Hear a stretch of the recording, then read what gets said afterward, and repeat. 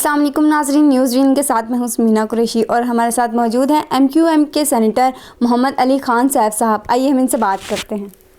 السلام علیکم سر. وعلیکم السلام. سر کیسے ہیں آپ؟ بالکل ٹھیک ٹھاک، تھینک یو.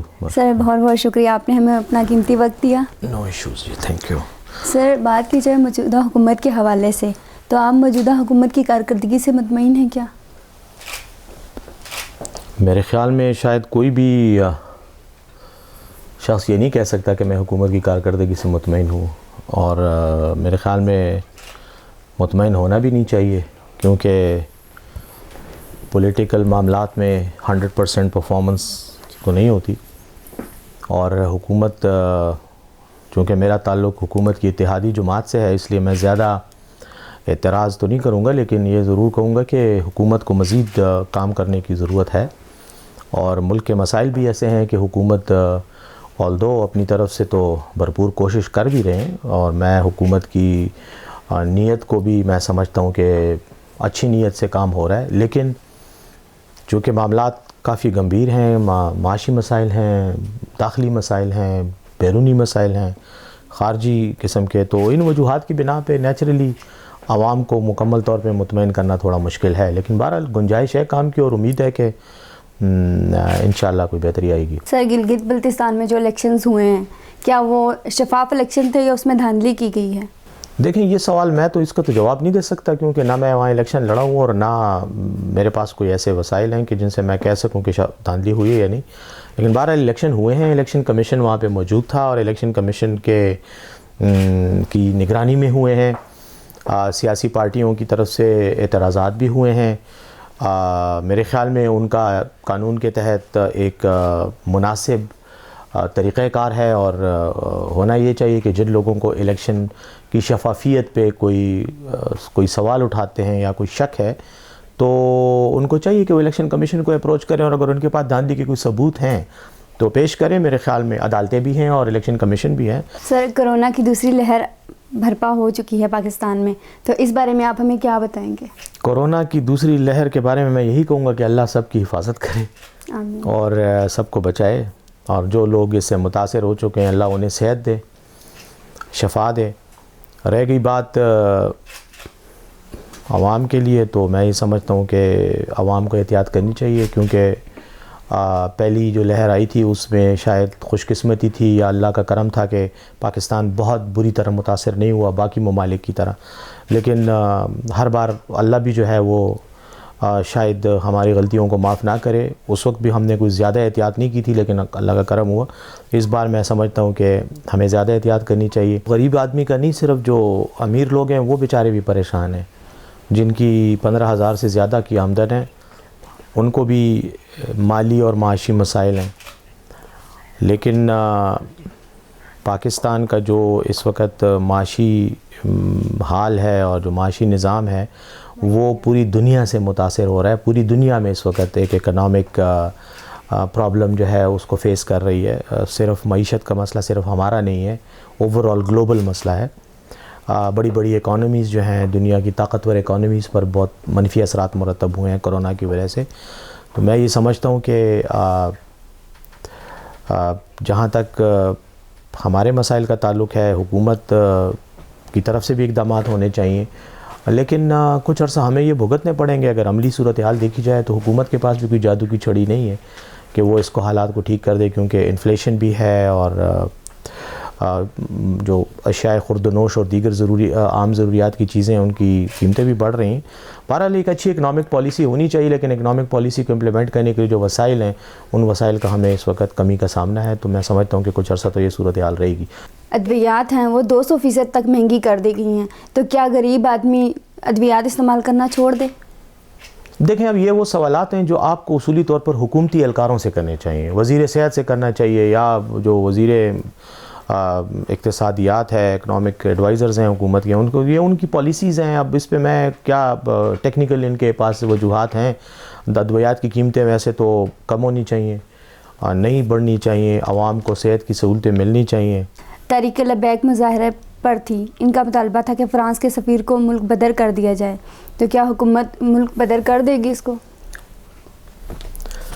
میرے خیال میں تحریک لبیک والے جو ہیں ان کو صرف اپنی سیاسی مسل اسٹرینتھ دکھانے کے لیے ایک موقع چاہیے تھا، اور وہ نکل آئے سڑکوں پہ، اور انہوں نے یہ بات کی. جہاں تک ملک بدر کرنے کا تعلق ہے، اگر تو ملک بدر کرنے سے توہین رسالت جیسے جو واقعات ہیں ان کا سدباب ہو سکتا ہے تو پھر تو ٹھیک ہے، اس مطالبے پر عمل ہونا چاہیے. لیکن میں نہیں سمجھتا کہ توہین رسالت کا جو ایشو ہے یہ سیاسی سے زیادہ یہ ایک کلچرل کلیش آف سویلائزیشنز کا ایشو ہے. اس وقت ہمارا مغرب کے ساتھ ایک مس انڈرسٹینڈنگ کا، بلکہ ایک کنفلکٹ آف آئیڈیاز کی جنگ ہو رہی ہے کی ایک صورتحال ہے. وہاں وہ ہمارے مذہب پہ حملہ آور ہوتے ہیں، ہم ان کے رد عمل میں سیاسی طور پر ایسے سٹیپس لیتے ہیں، ایسے اقدامات کرتے ہیں کہ جن کے نتیجے میں تصادم مزید بڑھ جاتا ہے.